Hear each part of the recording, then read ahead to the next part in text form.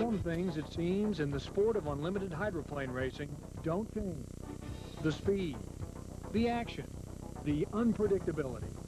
The Budweiser is once again the boat to beat, even though Chip Hanauer is driving with a broken back. He'll try to repeat his win here in Seattle of a year ago in a Seafair final that saw Mark Tate go on the flight of his life. I blacked out upon impact, so I don't really remember much from there, but I do remember just hanging there upside down and looking out the side of the cockpit and seeing water and saying, boy, we're in trouble now. Today, Tate, Brown, Billwater, David, and the rest look to break Hanauer and the Bud King. And what of these folks? All these race fans are here to watch Seafair's Boys of Summer stake their claim to the Texaco Cup.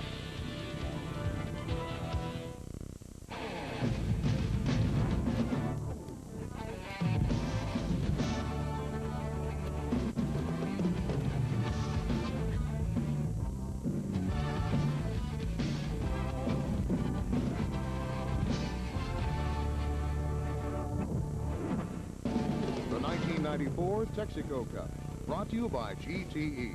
With GTE, it's amazing what we can do together. By a true breakthrough in Texaco technology. New Clean System 3 gasoline.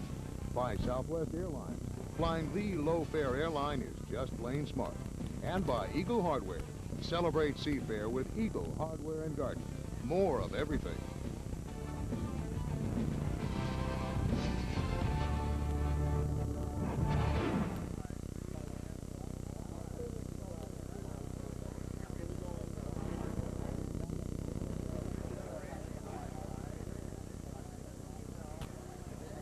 Don't hear you, Steve. We need another mic.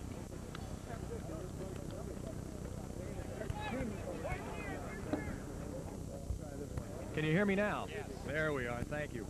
Again, as I was talking about, it was a little quieter there than I actually anticipated it being, but it is quieter this morning than you would expect as we get ready for racing. 90 minutes away, and we've got some great racing coming your way today here on Seafair Sunday. And the man of the hour, of course, is Chip Hanauer, the fastest qualifier, the man who, if he wins today, will win 18 of 20 races since he has returned from retirement. Chip, first of all, a tough Friday morning for you, and then you went out and qualified fastest of all the boats. How are you feeling?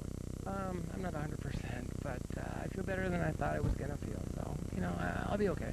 These hours, we talk about it being quiet here in the pits. What goes through your mind as a racer just a couple of hours before you climb into that boat and go out there at speeds of 160, 170 miles an hour? Well, basically, what I have to do, my job, probably just like you prepare for the broadcast, I have to prepare for my day and think about what's going to happen, how my boat's handling, how the other guys are handling, and how I can optimize my piece of equipment, which is going to be tough today. Do you think about the fact that you have 4 broken vertebrae? Do you think about the fact that your throat is bothering you a little bit, that you just flipped on Friday? Do you concentrate on yourself at all? I didn't think of any of that stuff till you just brought it up. Thanks, Steve. I have to put that all out of my mind. You know, we have a backup boat instead of our first boat, and there's just a lot of things going against us this week. So I have to forget that and race what I have, and you know, accept what comes. Finally, what about the pressure to win? There are records out there that people are talking about. There are records. There's the pressure you put on yourself. How great is that? Well, the pressure I put on myself is the greatest. But the other stuff, the other pressures, I have to put away. You know, I can't control what other people think, and I can't control other people's expectations. And as long as I, you know, please myself and do my best, that's all any of us can do. And stay healthy. And stay healthy. That's number one. Chip, thank you for the time. I appreciate it this morning. Good luck to you today. Thanks, Steve.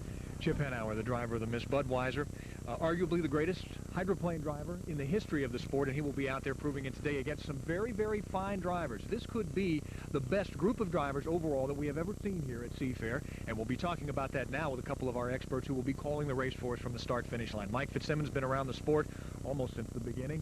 Rick Corella has been driving limited boats and is one of our expert commentators at the start-finish line. Mike, as far as the racing is concerned today, what do you see from your perch out there? Well, we've got a bumpy race course today, and we're going to have some unpredictable weather, and we have fuel restricted, which mean that the boat's acceleration is somewhat restricted. And as we start from the start-finish line with the flags and the unpredictability as to exactly when they'll drop and head into the first corner, we're not going to see the boats able to accelerate to full speed, and that means their maneuverability is impaired to a certain degree. And with that rough water, it can cause some problems. I think we're going to bump up a few boats today. We've also been talking about speed. There is a great deal of it out there. Rick Corella, all that speed in the first heat today. It's going to be an exciting first heat. We've got the three fastest qualifiers in the first heat going into that first turn. We're going to see a great day of racing starting right off the get-go. Mike, Rick, take your places out there at the start-finish line. Appreciate it. We'll be talking to you guys throughout the day. And might I add here on Kiro Television, the coverage which begins at this moment will continue through to the final heat today, and that is set to begin at 4:30. Now you start to hear the turbines fired up as they are testing some of the engines here in the pit area. We are going to be covering all the stories here in the pits for you, the stories of the drivers, the stories of the boats themselves, and anchoring our coverage, the sports director for Kiro Television, Tony Ventrella. Tony, can you hear me over there? Yes, I can, Steve. It's getting loud. These turbine engines are quieter than the old piston motors, but they're pretty loud when you stand right next to them. We're going to be out here with the contenders, the Tide. Although the 4-point boat is not a contender, it's going to be an interesting story a bit later today. The KMPS boat, the T+, lots of guys that can win this race if Chip Hanauer is not able to. But unquestionably, the 87 boat that Chip is driving today, the boat he calls Old Reliable, has got to be a favorite. One more win and that thing goes into the Smithsonian Institute. Although Chip was joking last week, he said he was going to put it in the Louvre instead, but I don't think they accept it in that particular Paris Art Museum. There should be some art on the water today, Tom, and you're in charge of a couple of boats, one in particular, the Smokin' Joe's, that could pull an upset. Actually, Tony, I have no idea what you just said, but I presume it was pretty good. No, the Smokin' Joe's is the second fastest qualifier in this race. They have not had a lot of good luck on this Lake Washington course. It's a boat that's designed for smooth water. That is not Lake Washington. The other boat I'll be following today that has a legitimate chance of winning is the Sunset Chevrolet American Dream, driven by Dave Vilwalk. The interesting storyline there, Dave used to be Chip Hanauer's crew chief when Chip drove the Circus. So some interesting storylines with two boats that would love to knock off the bud on Chip Hanauer's home course. Rounding out our pit crew of reporters, a man who I believe is in his 39th year of hydro coverage, Kiro's own Ron Callan. You don't look a day over 39. Well, Tommy, I told him to turn off the engine when I was going to talk. I appreciate that very much. Anyway, you and Tony cover the fast boats. I'm going to be part of the heart and soul of the 1994 Texaco Cup. I'm going to be following probably the most popular hydro. Of course, that's the Miss Rock with Jack Berry, and a possible dark horse in this year's race, the Miss Exide with Mark Evans piloting that hydroplane. And plus, an added attraction, I'll be part of the vintage hydroplane competition with the Hawaii Kai 3, the Miss Thriftway, and the Slow Motion 5. Steve, it's going to be a lot of fun. It will indeed. Ron Callan, Tony Ventrella, Tom Glasgow, thanks very much. So as you can see, we have a full day of racing set up for you, but there is more today to talk about than just racing. We also have the Key Bank Air Show is going on today, minus the Blue Angels. A bit of controversy there. We'll talk about that. We'll also show you some spectacular action from high above the shores of Lake Washington. We talked about it being fairly quiet here in the pits right about now. It could be extremely quiet on the shores of Lake Washington in the future. Hydroplane racing at a crossroads. We'll talk about the past in this sport and what the future holds with its new commissioner, Bill Donor. We'll talk to him today and much, much more. A full day of racing and action from the shores of Lake Washington. Sit back, stay tuned, call in the kids. Seafair Sunday is upon us right here on Kiro Television.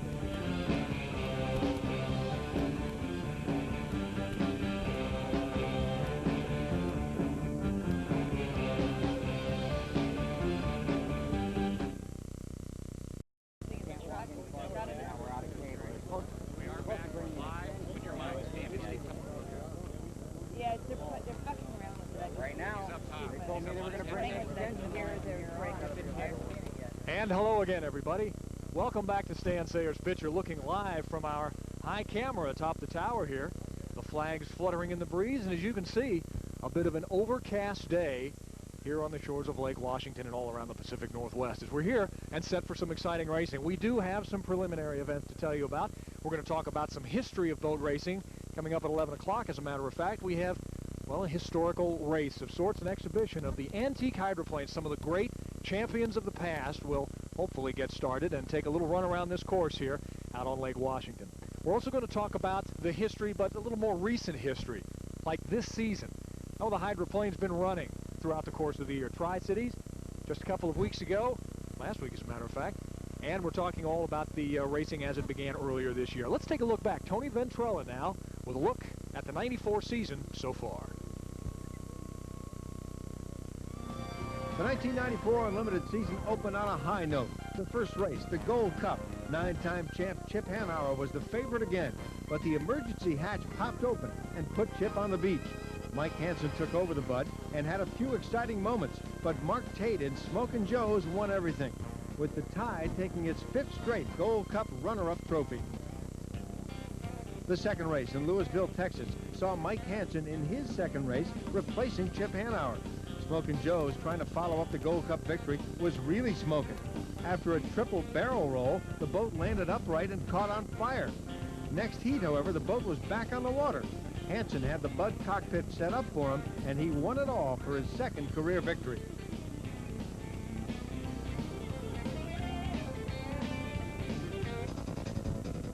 Chip Hanauer's back hurt all the time, so there was no reason to think it would feel any worse in a race boat.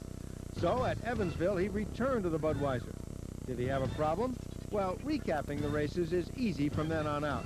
Evansville, Chip 4 for 4.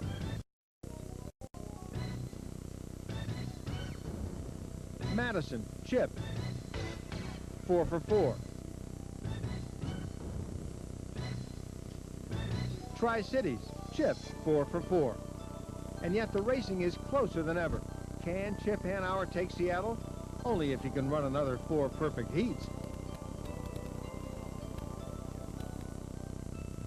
Can he run another 4 perfect heats? There you see Chip Hanauer live in his pits as he prepares himself to climb into the Bud one more time. Testing this morning here on Lake Washington for a number of these hydroplanes. A couple more did qualify this morning. In fact, let me bring in John Walters very quickly before we take another commercial message. John will be joining me up here high above the pit area. And John, did we see a couple of boats qualify this morning as we had anticipated? I know we saw some out there. Did they in fact qualify to get into the show today? At this point, I don't think either of the boats actually went fast enough. I know that the International News was close, and then the Elam Plus went out and ran some 109, 110 mile an hour laps, but I don't think that they actually went fast enough to get in the show here. So there's still another option. They could go with the commissioner's option, which allows them to go ahead and run as if they did qualify, but that's a real difficult thing to do, and it changes the heat draws and it changes a lot of things. So there's still some questions to be answered this morning. Now, we've seen the Bud go out a couple of times already this morning, yet Smokin' Joe's and a number of the other fast boats have not come even off the trailers yet. Is that unusual? It's not necessarily unusual. It kind of depends on the nature of the crew chief. I used to call the runs on Sunday morning the butterfly runs, and for obvious reasons. It depends on the particular team and just how prepared they feel. The Budweiser guys, obviously, as the name implies, are running their backup boat, so it's not their #1 equipment. They've got some questions to answer. Some of the other guys feel they're set. There's nothing to prove. All right, John Walters. Again, he'll be another one of the experts up here, former crew chief and driver, and well, he's just been around the sport for a long time, and you'll be around it for a long time today if you stay with us here on Channel 7. We've got complete coverage for you of the hydroplane races, the Texaco Cup 1994. Stand by. More from Lake Washington coming up.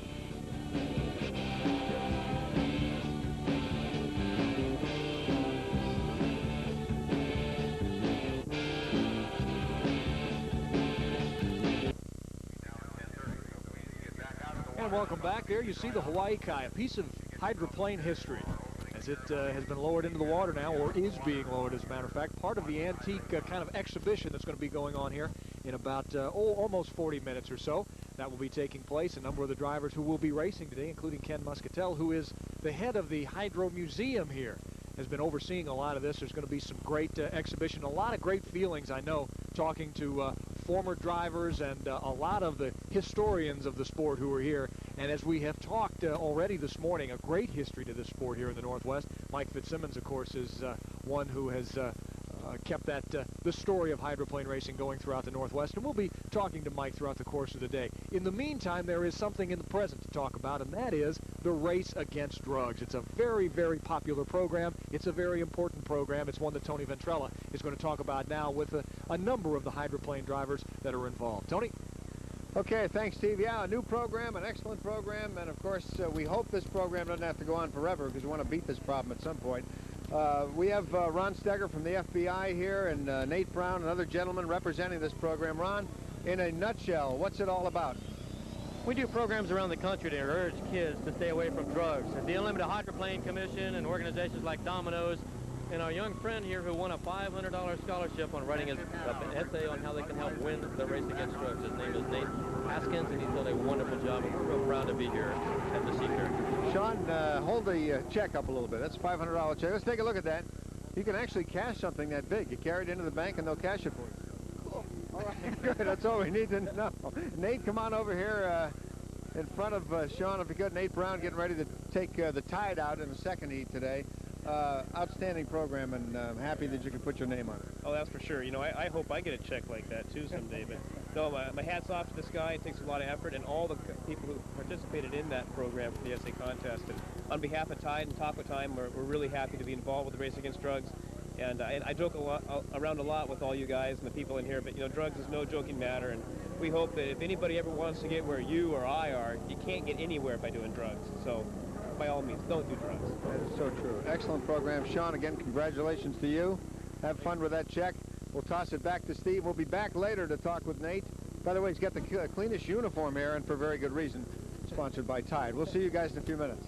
All right, Tony, thanks a lot. And yeah, hey, you can cash that check. Cool. Neat. I'm glad. I was excited about it, too.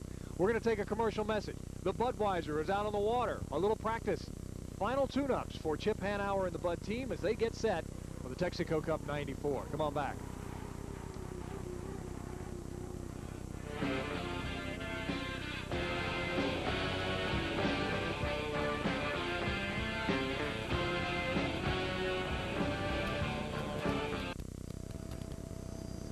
Pete's Wicked Ale preparing for a little practice session this morning. Water calm out there, partly overcast, little touch of a breeze. The flags are blowing on top of the Budweiser camp, as we can see from our position here in the pits.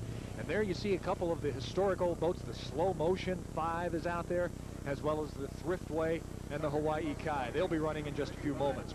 First, however, we're going to talk about the sport today, not in the past. And again, as we reintroduce John Walters, our extra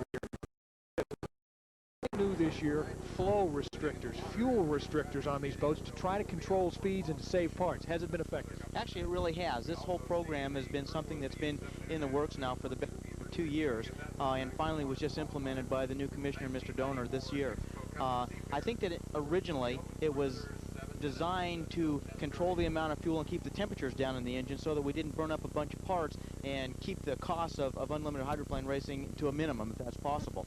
I think that sort of a spin-off of this has been that as the acceleration was slowed down and as the speeds got slower, the guys had to work harder to make the boats more efficient, and it's made the competition closer. All right. We do have a story. We can tell you a little bit more about how this part for each and every race. Let's take a look now at the fuel restrictors. Bill Rocky has that story for us. Now, each year, the Unlimited Racing Commission makes a few rule changes, usually geared towards making the sport a little safer. In 1994, everyone's required to use one of these fuel. So far, it's pretty good. Heading into the 1994 season, there was a lot of concern about saving engine parts. The boats were running very hot in competition, so the URC did something about it. Each day during qualifying and on Sunday, each boat is required to install a fuel restrictor. A random drawing each morning determines which restrictor a boat will get. You pick a number, and that's the fuel restrictor you use that day. Every morning, we pick up a fuel restrictor from the URC truck. Now, inside this URC truck, they have a fuel metering device that they can check how much fuel goes through each and every device that every team gets. Is it working? So far, the response has been very positive. The boats are still going fast, but they aren't burning up as many engines. You know, the URC as a whole has worked very hard to make this something that's good for the sport and to make the sport better as a result of it. And, you know, it's worked out very, very well, I think, and I think that's an opinion that is held by most of the teams here on pit row. And there you see a fuel restrictor on board one of today's hydroplanes. It has been installed. And again, we're just a little bit more than an hour away from racing, as Heat 1A is going to be coming up. Maybe some of the most exciting racing you'll see all day, the fast boats. These boats were fast in their day. The Thriftway, the Hawaii Kai, the Slow Motion 5. They'll be putting on a bit of an exhibition for us just a little bit later. Stay tuned. Seafair 94 coming your way.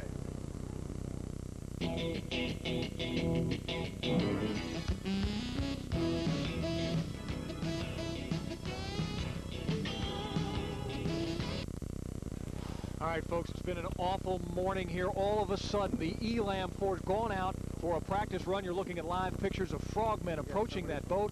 The boat has sheared in half. It flipped just moments ago during a commercial break. Mike Fitzsimmons has just arrived at the start-finish line. They're climbing up to check the condition of the driver, Ken Dryden, right now. Mike, you had a bird's-eye view of it. What did you see? Well, the boat went airborne when it came down. This is a 4-point hydroplane. This is different from any of the other race boats in the pits.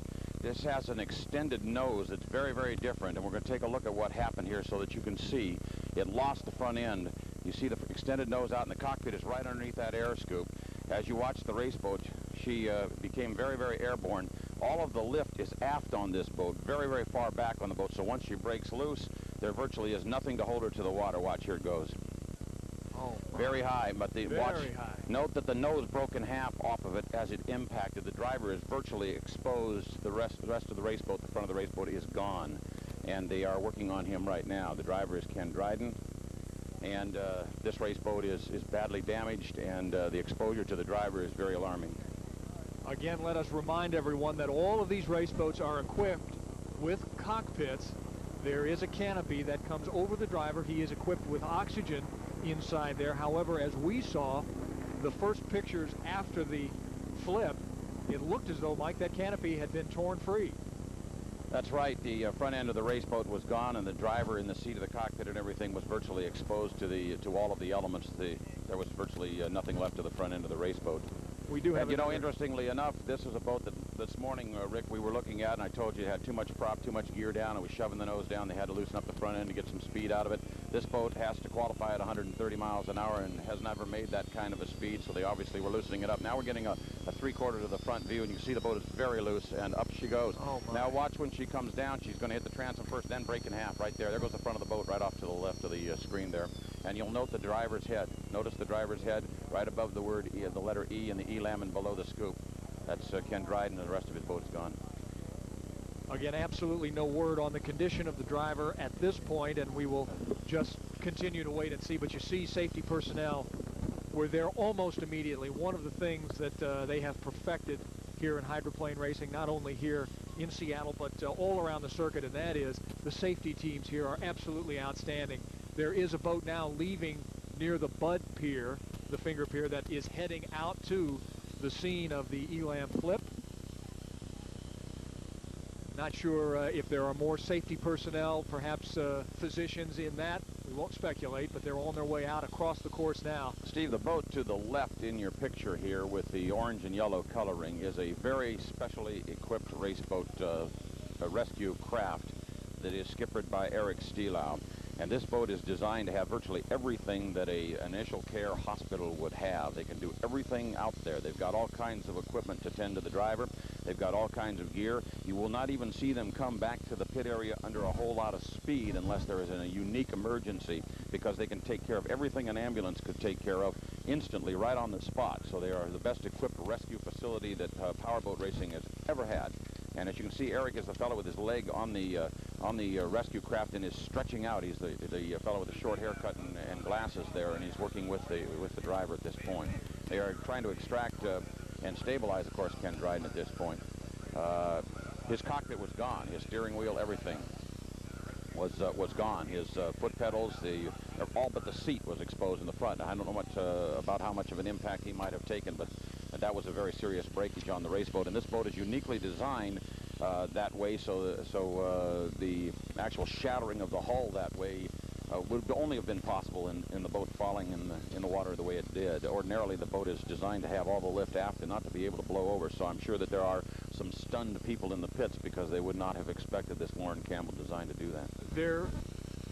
This boat has virtually no history on the water, at least this season, correct? Well, they raced at Tri-Cities, or attempted to, over there, and were not able to qualify. Fastest lap they were able to turn over there was 125 miles an hour, which, by the way, for a 4-point boat is a tremendous advancement. They made great strides over the 3 days at Tri-Cities, and we're very much hoping to have a real competitive boat here. The owner and the driver, of course, Ken Dryden, the driver to the left there, the owner, is a fellow who, for many years, Glenn Davis had been involved in hydroplane racing, crew chief of the Squire Shop crew on the Atlas Van Lines with Bill Munsey, a man who has a tremendous amount of knowledge in boat racing. And the race boat, as you can see below him, designed in such a way that the sponsons are aft and the small riding surface is forward. This boat had a lot of promise, and I think the design still does. But obviously they've got a real serious problem with it now. You're looking at the rescue. As we look at the pictures, we can make out in the center of the picture there from that last shot, it looked as though Ken Dryden was sitting up, and it looked as though his head and neck were being supported by some of the safety personnel. They're helping him out now. Ken Dryden moving. Oh, that's a very good sign. Boy, it sure is. It was frightening there for a moment when we first saw that. This, I hate to say this, guys, but this does throw quite a pall on the course of the day here. We have not even started racing yet, and already we have a very serious incident. Kind of reminds me of John Walters back in 1980. John, you had this very same story to tell that day. Yeah, we sure did. It's real difficult to, get started in your racing career with a kind of a prototype boat, and we were one of the first ones to run the turbines, and we had a lot of problems, as Kenny Dryden, I'm sure, is right now. One of the things that's really a shock with this boat is that the whole concept of this was to prevent this type of accident. And as you can see, when the boat did leave the water and got up, it literally flew for a while. It did not fly over backwards, stuck the transom in real hard, and then just slammed the nose down and broke off the cockpit of the boat. And as you can see, it looks like it folded the cockpit of the boat virtually underneath the rest of the hull, because they are now lifting it up. It appears to still be connected somehow, and part of extracting Ken from the boat appears to be tied up in trying to get all the rest of that paraphernalia away. Right in the center of your picture is the canopy, the protective canopy. It is open, and a portion of the forward hull that it is connected to is right in front of Ken Dryden as they continue to work with him, and it may very well be that he's tangled up a little bit in that. Let's take a moment here, if we can, head down to the pits. Some of the other experts, as a matter of fact, who were watching down in the Tide pit. Tony Ventrella has them. They were watching what went on out there on the course a moment ago. Tony? Thanks, Steve. A lot of the crew chiefs work together, especially before the racing starts, before that first heat. So Dan High, who's the Tide crew chief, saw what happened. First of all, I realize you're not as close to it as some of our pictures now, but you guys pretty much work together the whole time until race time, right? Especially on the safety factor? On safety, everybody's pretty well open book. We try to keep the drivers as safe as possible, so there's really no secrets when it comes to driver safety. We try and pass all the information around. Dan, from what you've seen of the 4-point boat, aerodynamically, this thing is designed really to stay in the water more. Obviously, this is not always going to happen. Yeah, that was the concept. What happened this time, I'm really not sure. The flip, the fact that it landed on its bottom, although, like I said, we'll be seeing some pictures of it in a second, the fact that it landed on its bottom, would that be because it was a 4-point boat or not? It's real possible that the fact that it didn't go over backwards was the design itself. So. In your discussions with their crew, what were their concerns? We're taking a look at the video apparently right now. What were their concerns about riding the boat? I guess speed was the main concern. It's hard to tell. They were trying to get the boat qualified, obviously, and I wasn't really in there, finding out what they were doing, so I really don't know what their concerns were. Now, when they, what is the first concern of any of the pit crews or any of the people involved when there is a flip or a crash? It seems to me that everyone just comes together and waits, and there's a hush. Yeah, any time you have an accident like that, or any kind of accident, the first concern is obviously for driver safety, and that's really what our concern is. Was Ken's was his wife out here? I noticed someone out here, some family members. Did you happen to see? I hadn't seen her, but I believe Nate Brown was with her. Okay. All right, well, Dan High, who's the crew chief of the Tide, they'll be running the second heat today. As he mentioned, there is concern, obviously, among all the crews when something like this happens, especially when it happens to start the day. Is there, one more question before I go back to you, Steve, is there any way that, that some of the other drivers, God, I can't imagine how they could be insulated from this. When this stuff happens, it's got to shake you up. Well, it's one reason why all of us watch all the boats run. We want to check water conditions and make adjustments to our race boats to try and compensate. So it's something we keep an eye on for sure. Okay, thank you. Thank you very much. Dan High, crew chief of the Tide. They're working against each other when they start racing, but before and after, this is a pretty big family out here. Everybody's together on this one. Steve, back to you. Yeah, they are indeed, Tony, and let's turn to John Walters for a moment. Just mentioned the fact that they check all the time for water conditions. It's tough for us to see, but right about now, when you look at the water out here, the water conditions don't look to be bad out here. That boat just took on a lot of air. Yeah, the water conditions here are really excellent for this particular race course, the Ted Jones race course. They're somewhat deceiving in that the water here always looks flatter than it is, and depending on who you talk to, there's a lot of different theories on why boats get upside down. I have a close friend of mine, Derek Rogers, who works for the Boeing company, in fact. that is an engineer, and he's come up with several theories, and one of which is that the controlling factor, or one of the controlling factors on why boats fly away, is the span, the width of these boats. Regardless of the plan form, when you look down on it, how big the area is, how large the wing surface is, it's the span that really drives the lift. And even though this boat had all the lifting surfaces back, it still had a very wide span, and when you got it in this nice cool air going that fast, it turns into an airplane. Well, that's the technical explanation. Right now you're looking at the very human results of what happened down here just now, about 10 minutes ago, maybe a little less. The Elam Plus sailing down the back chute on this Ted Jones course here on the shores of Lake Washington, flipped during practice. Ken Dryden, the driver, still there, being attended to. We did see him moving, however, that was a good sign. We continue to await word from medical personnel on the shore and out at the boat. We'll continue to follow this story for you, as well as all the day's racing. But again, we've started off with, if you'll pardon the expression, quite a bang here on the shores of Lake Washington, and an unwelcome one at that. Back with more from Seafair 94 right after this. Yep.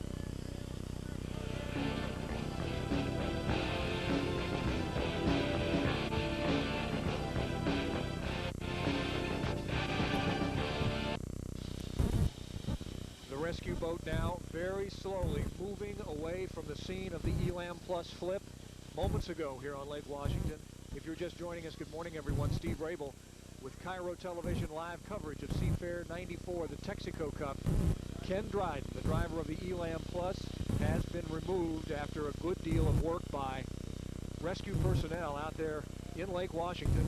And now that boat, as Mike Fitzsimmons, our expert, has been telling us for the last few moments, will slowly be moving toward the shore. There, the owner of the Elam Plus, a bit shaken, as you would expect. Hopefully we can get a comment with him in just a couple of minutes and find out the condition, if he has heard, the condition of his driver. Ron Callan is standing by in the pits right now, who has been talking to some of the drivers down there. And of course, we saw it last year with the flip during the final. These drivers, this is a frightening sight for them to see. Ronnie? Absolutely, Steve. You know, it was such an exciting mood down here on the west side of the pits, looking forward to the vintage boats going out. Mitch and Mark Evans will both be driving the vintage boats, but obviously no one wants to see something like this happen. And Mark Evans, what goes through a hydro driver's mind when you see something like this will happen? Well, it's concern for the driver right off the bat. You know, it's just that we just hope that Kenny's all right. I just watched a little bit of footage there, and he got quite a bit of height on that thing, and it looks like the rescue guys are in kind of in a casual mode trying to get him out of there, so hopefully he'll be all right. That was quite a deal to happen right off the bat, but there again, like we've been talking safety, you know, hopefully a lot of things we've done to prevent driver injury is going to come into effect, and Kenny will be all right. This is kind of a reality check for all you drivers, I guess. Yeah, definitely. I mean, it sure makes you thank God for the capsules and the safety equipment that is in the boats, and hopefully Kenny will come out of this thing all right, and they'll be able to get the thing together sometime. All right, let you two get back to preparing. You're going to race in two boats today. You're going to be very busy. Good luck to both of you. Okay. Send it back to you, Steve.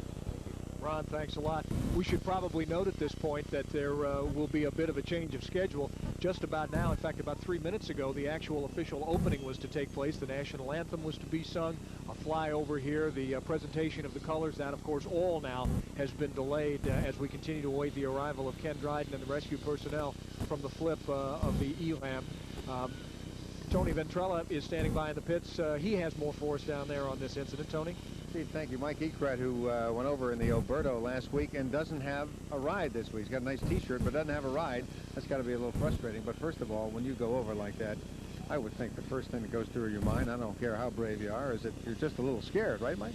Well, you know, really, most people would think that, but it happens pretty quick, and you don't have a lot of time to think. You know, you just go, oops, I'm in trouble, and then here comes the impact. So, you know, once I was underwater and my respirator was still working and I was breathing, then I just calmed down and waited for the divers to come get me. How long were you actually in the water before they got you? I think they estimated around 2.5 minutes underwater. So I guess if your respirator's working, that's not that long a time, but if it isn't working, woo, that's a world record. Well, you're strapped in the boat ultra tight. It's pitch black down there. 2.5 minutes seem like about 2.5 hours. What about when you're an observer? And I know it's frustrating enough being out here watching the other boats race, but when you watch another one flip, what's going through your mind at that point? Well, the only thing that goes through my mind is, driver safety. All of us, we're all competitors, but I don't think any of us wish any harm to any other drivers. We just, we care about the safety of all the fellow drivers, and boats can be rebuilt, but drivers can't. So really just the safety of the drivers is the only thing I think about when a boat goes over. Finally, Mike, just to wrap it up, when it does happen like that and you are in, say, an upcoming heat and you've seen somebody else flip, you try to put that out of your mind. You try not to watch the, certainly don't watch the video of it, I'm sure, like we do all day, but do you try to just put that aside and go out and do your job? Well, yeah, I think that at least, I don't know, I can't speak for all the drivers, but in my situation is I believe that blowovers and crashes and hurting drivers and possibly death is a part of the sport, and I think we're all willing to accept that. So I personally drive the boat is hard. I drive the boat hard every time I get in. It doesn't matter what happens. Okay, Mike Ekret, Oh Boy Alberto driver, here as an observer this week and concerned, as everyone is right now, about Ken Dryden. Back up to you, Steve. And Tony, when we talk about the safety of the drivers, certainly it has been, the point has been made several times by a lot of folks that perhaps the sport of unlimited hydroplane racing is a sport of the past. It's a sport that is dangerous to the health of its drivers. It's one that maybe has passed its time, and yet, Mike Fitzsimmons, you know the sport as well as anybody. You know the drivers today are much, much safer than they were 10, 15, 25 years ago. Well, there's no question about that, Steve. They truly are much safer than they were 10 years ago. They're not exposed to the water. They're not exposed to the elements as they were before, and they're much, much safer in that cell. But at the same time, every time we have an accident, we learn, as you well know, Rick, something new about those cells, something we didn't know about them, and usually it's something we wish we knew about beforehand, and we have to make some adjustments. In this particular case, the whole front end of the race boat disappeared, and that capsule fits over the top of the driver's head, but he is in a hull, and in this particular design, in a different kind of a hull than any of the other F-16 capsules actually enclose. And so as we take a look here, you'll see that this particular boat broke up in a place that one wouldn't expect to see happen. How much of that capsule extends down by his legs and feet? Well, the reinforcement of the hull around him is a very, very hard Kevlar, but down around his legs and feet, not much. It's hull there, not capsule, that we're dealing with there. And as it hits this way and breaks there, you see the front end of the boat go away, but part of the rest of the front of that, the long extended front end of that race boat, folded, it appears, underneath the boat because they extracted it back up in attempting to get Ken out of the way, and he was, it looked like, entangled in that to some degree in order to get him out of the race boat. And so that's a different sort of a thing. And now if we become more and more familiar with these four-point designs in the future, then pretty clearly one of the things that we're going to have to do is that we're going to have to decide exactly what kind of specifications these capsules have for a four-point boat, because clearly that particular accident indicates that there is a weakness in that design from the standpoint of slamming back to the water, and we have to account for that some way. Is this similar to what we saw on Friday with Chip's blowover, the front of the cockpit sheared off at his feet? Well, that was a little bit different because that one had a canard and a spar across between the sponsons. Very, very different from this boat, Rick. And it was the point of impact. As the boat came down, the sponson was jarred, and that part came apart and came off. So really entirely different case here, I think. Mike, yes. Let me interrupt for just a moment. We do have the pictures now. The rescue boat has arrived at the Coast Guard pier here at Stan Sayers Pitch. You are looking at pictures of the Elam being towed, but the boat has arrived now. The rescue workers have arrived. If we can take that shot. We are getting a camera to the position, but we do see through one of the camera angles that we have that the rescuers have arrived with the driver, Ken Dryden. He was lying down in the bottom of the rescue boat with rescue workers over him. We should mention too, Steve, that there's absolutely no relationship to the degree of injury, if at all, and the speed with which the rescue boat comes back to the pits. Absolutely none. Nothing should be read into that at all. Do I hear the Coast Guard helicopter engine fired up? Is that what I'm hearing? Not. No. I'm looking directly at the Coast Guard helicopter now. If there was concern for life-threatening injuries, certainly they would be firing that up and perhaps taking Ken Dryden over to Harborview Hospital.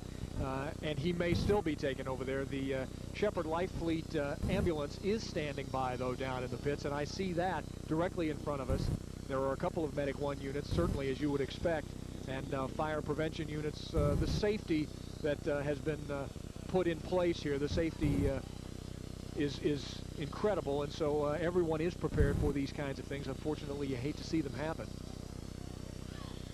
But we continue to await word on Ken Dryden. You know, some people ask the question, why don't the helicopters fly over the race boats like they did in the past here in Seattle? If folks remember the old races of the 50s and 60s, the big yellow Sikorsky Coast Guard helicopter was always over every boat on the race course. And that is no longer a part of, helicopters are no longer an essential part of the rescue procedure here. That boat which you saw take Ken Dryden into shore is the methodology now, and the best methodology. It has a front end on it similar to a landing craft like those that landed at Omaha Beach. It can level right down and become a part of the working surface that these guys have to deal with when they arrive at the side of a disabled race boat, whether it's upside down or right side up. And so that is long since replaced as a technology, the rescue methodology used in boat racing. And Mike, now Ken Dryden is being taken on a backboard. There you see the pictures. He is being taken into the Coast Guard chopper. So while the engine hasn't fired up yet, it will be shortly, and he will be taken to the hospital. And hopefully here in just a couple of minutes from Dr. Peterson, we can get the definitive word, at least as they know it so far, on the condition of the driver, Ken Dryden. Again, if you're just joining us, the Elam Plus flipping in a practice run here this morning, now a little less than a half an hour ago. Dryden in the boat for a time before he was rescued, taken slowly back to shore, and now being loaded into a helicopter. Let's go to the crew chief of the Elam. There he is, standing by, as you can see, stunned look on his face. That's Gary Redmond, and this boat has taken 10 years to build. These fellows have been at this for a decade to get this boat ready. The design's so unique, so exotic. And this boat was designed not to go over. That's right. Lauren Campbell is the designer of the boat. He's an Englishman, a man of international renown for high-speed watercraft design. And it really was designed not to go over. It was designed to have so much lift so far aft that it could not possibly do that. So obviously, there's some rethinking necessary. When we walked through the pits this morning, Mike, you said one of the suggestions to make that boat perform better was to extend that nose out further. Exactly. That would elongate the leverage of the race boat in such a way that they could provide a lot more a propeller, a lot more surface riding characteristics to the propeller. And John Walters, as you well know, the distance between the propeller and riding surfaces tends to contribute significantly to the stability of the craft. Yeah, it very definitely does. And in some of the more conventional style boats, the area of that triangle, as we call it, the tips of the sponsons and the single blade of the propeller or the strut, you're able to spread that out over a longer period. And as that boat gets longer and wider, it changes the reaction time and slows everything down. You know, possibly as we take a look at this accident and develop, you know, some knowledge from this, maybe, you know, some movable canard type wings or flaps up forward on there to where they could literally fly the front of the boat a little bit, or at least apply some aerodynamic forces up there. It's a big long lever way ahead of the center of gravity, so it's got a lot of control up there. And flying the boat, the front end at least, is precisely what they were trying to do when they ran out there, because that front end isn't really supposed to make much water contact. It's just a stabilizing point of contact on the race boat, and it's supposed to ride back literally virtually on the transom, and those sponsons are so far back, and that's what it's supposed to do. In the wind tunnels, they have done this with this boat. Tony Ventrella has Gary Redmond with him now. Let's go down to Tony. Thanks, guys. Gary Redmond with me now. I understand that right now the news is a little better than it was 10 minutes ago. Yes, Tony, he's alive, conscious. His vital signs are fine. He's doing well. The major damage he's got right at the moment is both his femurs are broken, his upper legs. And that's the reason it took so long to get him out of the boat, is the front part of the cockpit broke, and they ended up having to cut him out of it, so that lengthened the amount of removal time. But he was conscious pretty much the whole time they were doing that. And he seems to be doing pretty well. Okay, Gary. Well, circumstances could have been worse. We're happy that it's at least that way. We'll come back and talk to you a little bit later on. Let's go to Tom Glasgow, who is live with the doctor. Tom? All right, Tony, thank you very much. We're with Dr. Mitch Story. Mitch, you were out on the water with Ken Dryden. Can you tell us what his condition is right now? Well, it appears that he had suffered extensive leg injuries. The canopy folded underneath him. Both of his legs appear to be broken. We're not exactly sure how badly they're broken, but it does appear that both his lower and upper legs are broken. Now, as far as always concerned with head and neck injuries in situations like that, do you see any potential problem there? Not at this time. He appeared to be fine from the waist up. So would it be accurate to say these are not life-threatening injuries? Well, we hope so. These they still can be very serious injuries. The next 24 hours will make a big difference, but as of right now, he's stable. Was he conscious at all? Did he have any conversations with you or any of the other folks? He started conversing with us within a couple of minutes after we got to him. He appeared to be slightly unconscious when we first got to him, but he is alert and talking to us now. Dr. Story, we appreciate your work. Thank you very much for your time as well. Mitch Story, he was out on the lake with Ken Dryden. All right, Tom, thanks a lot. And just a frightening thought here to break both those large bones in your leg. That's a scary, scary thought, but as Tony said, it could have been much, much worse. We are going to continue following this story for you. We will get reports from the hospital and again on the updates on Ken Dryden. And more to the point now, we do have, through all of this, as the chopper lifts off here on the shores of Lake Washington, we still have boat racing to get to. A bit of a fall cast over the day. Still, the finest drivers of these thunderboats will take to the water very, very soon. We have the opening ceremonies coming up as well, part of the Key Bank Air Show, and a lot more to come here on the Texaco Cup Seafair 1994. We'll be back in just a couple of moments.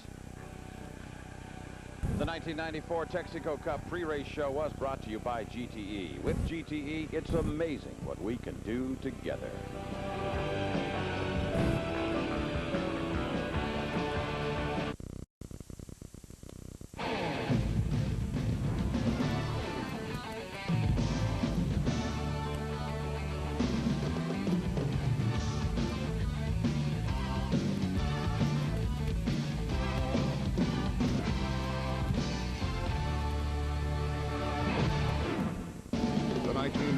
Texaco Cup, brought to you by Haviland Formula 3 Motor Oil. Add more life to your car. And hello again, everyone. At just about 11 a.m., if you are just joining us, you are watching the Miss Elam Plus being towed back to shore here on the shores of Lake Washington, Stan Sayers Pits, as we continue our coverage of Seafair 94 with the Texaco Cup here on Kiro Television. Steve Rabel with a host of other Seafair, make that hydroplane experts and Kiro Television sports people, bringing you all the stories today. And the big story up to this point is Ken Dryden flipping the Elam Plus during a practice run a few moments ago. He has been airlifted to Harborview Hospital. We understand awake and alert, and we also expecting a great deal of pain. Preliminary indications, 2 broken legs, as the front of his boat was literally sheared off on impact with the water. So we are standing down now in a delay situation, waiting for the boat to be towed back. It was a slow process bringing Dryden in as well and cutting him loose from that wreckage. So URC officials are standing by as they are trying to refigure the race day, which was expected to begin with the first racing. Heat 1A was set to begin at 11:30. We are monitoring them, and we expect that we still will have an 11:30 go, we are told now. We expect that will be the case from URC officials. We are also expecting the Antique Hydro Exhibition to be coming up in just a couple of moments. That with 3 of the old boats that are out here and preparing to run. We'll do that for you, as well as get into the Key Bank Air Show and the National Anthem and kick things off officially here today. First, Ron Callan standing by in the pits. Ron?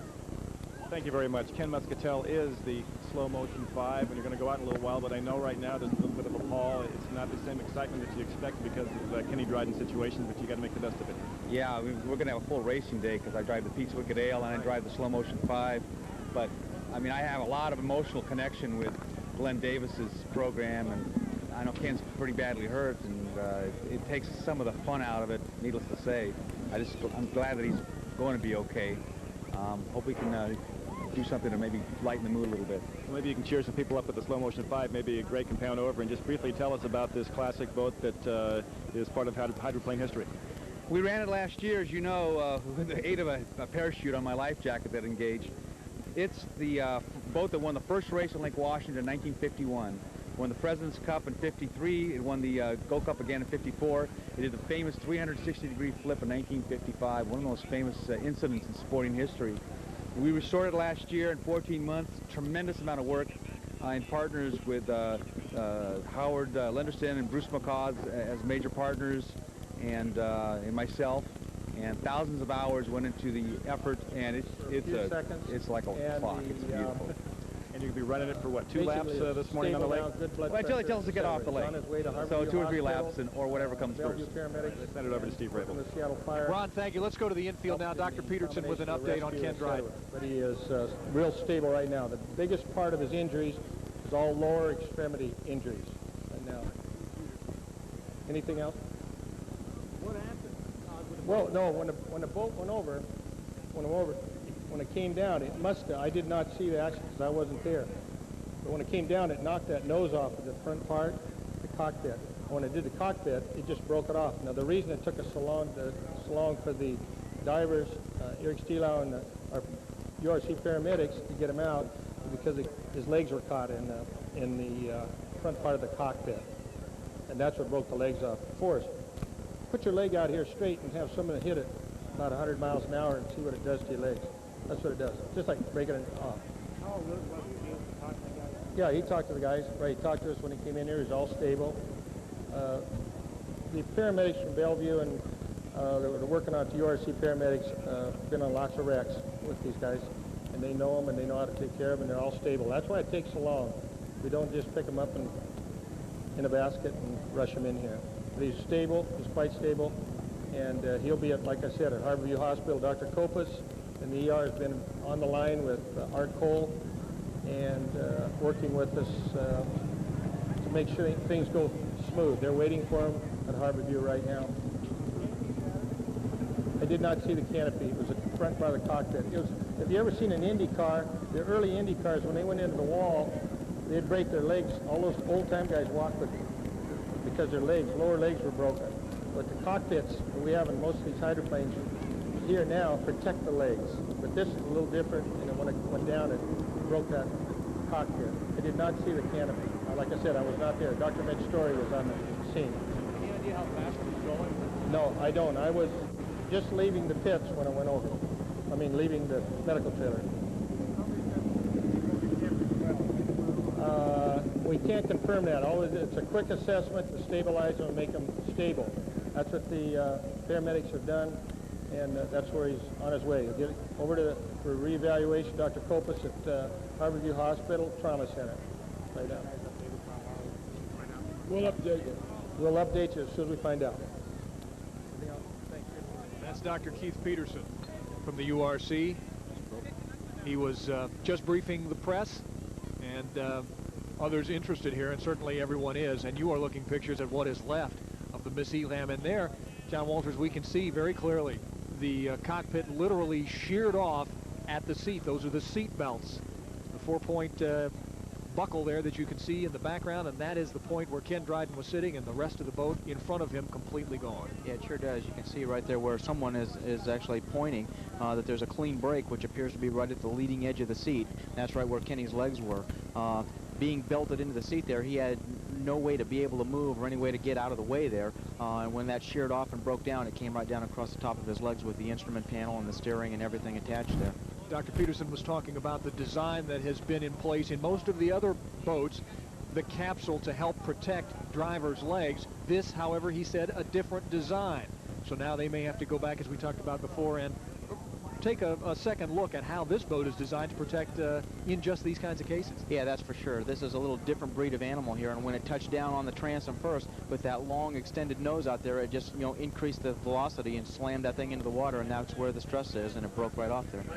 That's John Walters. I'm Steve Rabel with Mike Fitzsimmons, who will be calling the start and calling the race action here in just a couple of minutes. We are preparing for the official opening ceremonies at the Texaco Cup 1994. We'll be back with that, as well as our antique exhibition of great hydroplanes of the past. Stand by. We'll return with more of Seafair right after this.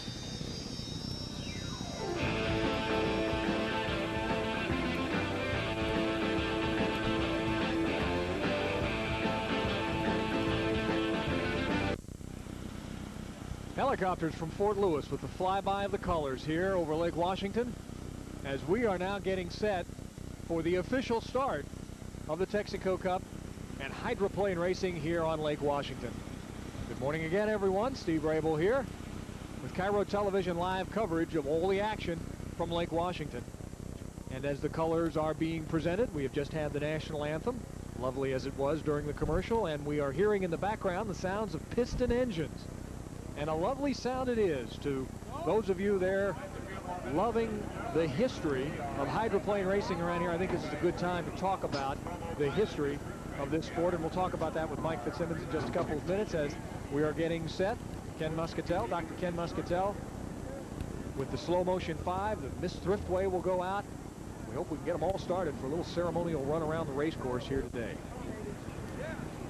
Let's head out to the start-finish line, and Mike Fitzsimmons will talk about that history and some other business to do. Michael? Yes, just this reminder, Steve, be sure to stay tuned to Kiro TV following Heat 2B for the announcement of our 1994 Subway Fun in the Northwest Sun sweepstakes winner. We'll be giving away a brand new Sterling 1700 bow rider boat courtesy of Boatland USA, plus an HO Water Sports ski package valued at over $600 and a Pepsi Fun Pack. And we'll be right back with the old days.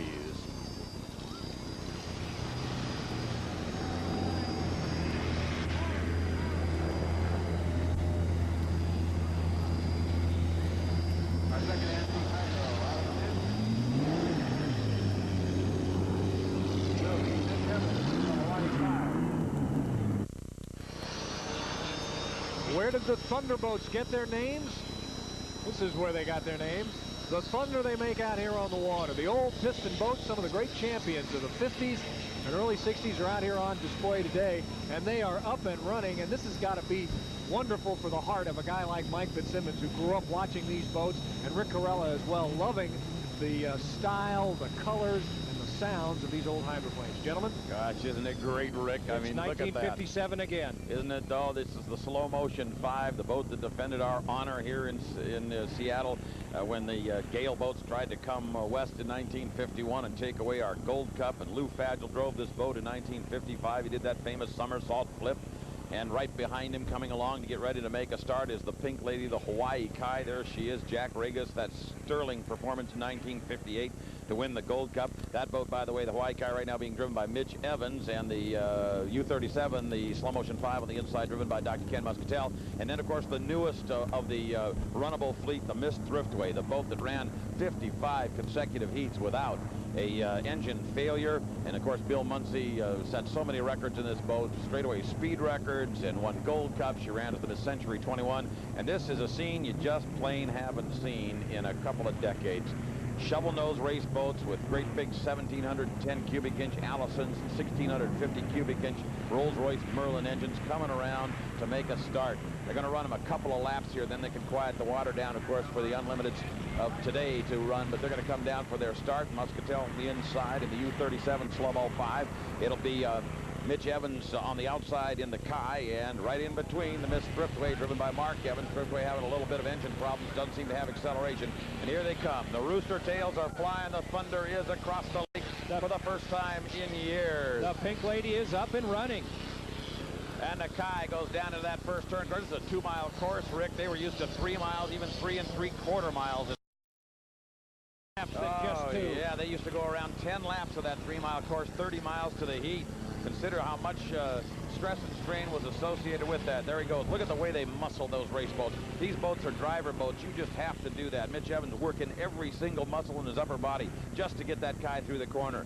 Now on the inside, it looks like with not very much boat speed, but with a little lane position, Dr. Ken Muscatel has taken the lead. These guys are deliberately running these boats slower than they would have been run because, let's face it, the museum, which you of course can contribute to any time, and they'd love to have you do that, does not have a bevy of engines. We've got a boat race coming up the back chute, though. The Hawaii Kai's pressing him on the outside. Isn't that great? Look at that.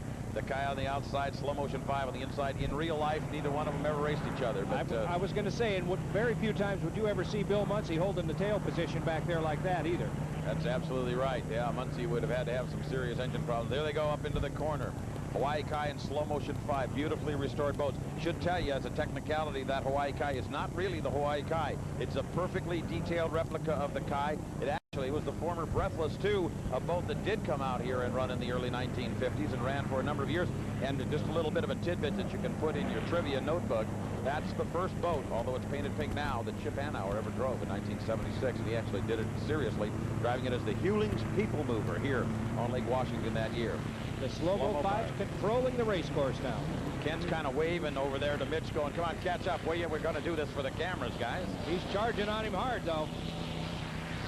One more time around they're going to go. One more time around. So they are kind of babying the motors deliberately because they only have one for each of these boats, and if they break it, that's all they have. So they got to be real careful.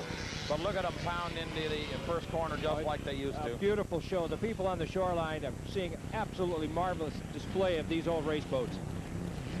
Gentlemen, if I can jump in here and we can talk very briefly about the fact that this is great history. Does this history help those folks who today are race fans or want to be race fans understand what hydroplane racing is all about and maybe add a little to that passion? Oh, I sure hope that it does, Steve, because it's the passion that's missing from hydroplane racing now. It is the sense of ownership that every man, woman, and child on the shores of Lake Washington took in every one of their revered race boats of that era that has to come back to make this thing work. And I think they're beginning to bring that back again. People are beginning to feel as though these boats are theirs again. And that's a very, very important part of Seattle culture. It's an important part of virtually the whole culture of motorboat racing nationwide. There was a great east-west competition that went on between Detroit and Seattle for years, and it was a battle that was fought. And like we talked yesterday, no one even gave their hotel addresses. People were afraid to say where they stayed when they were here in town from that Detroit team. That's for sure. It was so bad that when Lee Schoeneth finally stole the cup from the Thriftway in 1955, he took the trophy, left the pits, caught an airplane, and got out of Dodge in a hurry, let me tell you. Well, for those of you who... And some of us are still mad about that. I am still upset about it. I think so, too. For those of you out there who have never seen the real classic Thunderboats run, this has been a real treat for you today and for all of us as well. And those Thunderboat historians have had their chance now. By the way, I have to declare the Slow Motion 5 the winner, of course. I think so.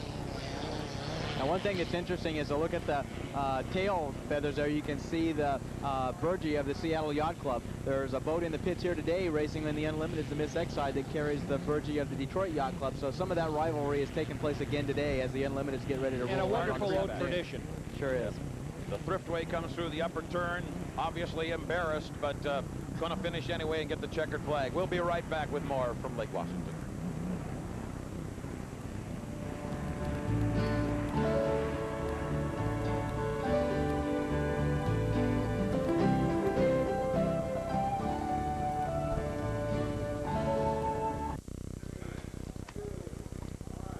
Welcome back, everybody. You're looking at live pictures of Joy Burtis Stewart, a professional parachute jumper who is making an appearance here on the shores of Lake Washington. In fact, she'll be dropping right in here, right along the shore, just part of the Key Bank Air Show. A wonderful, wonderful show to be put on throughout the course of the day. Today, we'll tell you more about it as we see some of the planes and helicopters come into view. And let's take time right now to talk about the first heat, Heat 1A, and it is going to be smoking from the word go, John Walters. The fastest boats are all here in Heat 1A. It sure is. This looks like the final heat starting right off, and I think that they've already scheduled a restart for the first Heat 1A at 4:30 this afternoon. Take a look there. Smokin' Joe's the second fastest boat on the water. Miss Budweiser, the fastest qualifier, has chosen lane 2. Bit of a surprise? No, not really. This course is a little bit narrower than Tri-Cities last week, where they had 1,200-foot turns. Today we have 1,000-foot turns, and 1,000 feet is just about the minimum radius that you can get one of these things into the corners at 200 miles an hour and still be able to hold your lane. So that's a wise choice on Chip's part. That's Steve David, as the driver of the Miss T Plus. He's also out in the first heat, along with the Performance Mortgage Sunset Chevrolet, driven by Dave Vilwalk. The fast drivers are heading out to their boats and getting set. We're going to take a commercial message. When we come back, we'll turn it over to Mike Fitzsimmons. And folks, we're going to go boat racing here on Lake Washington. Come on back.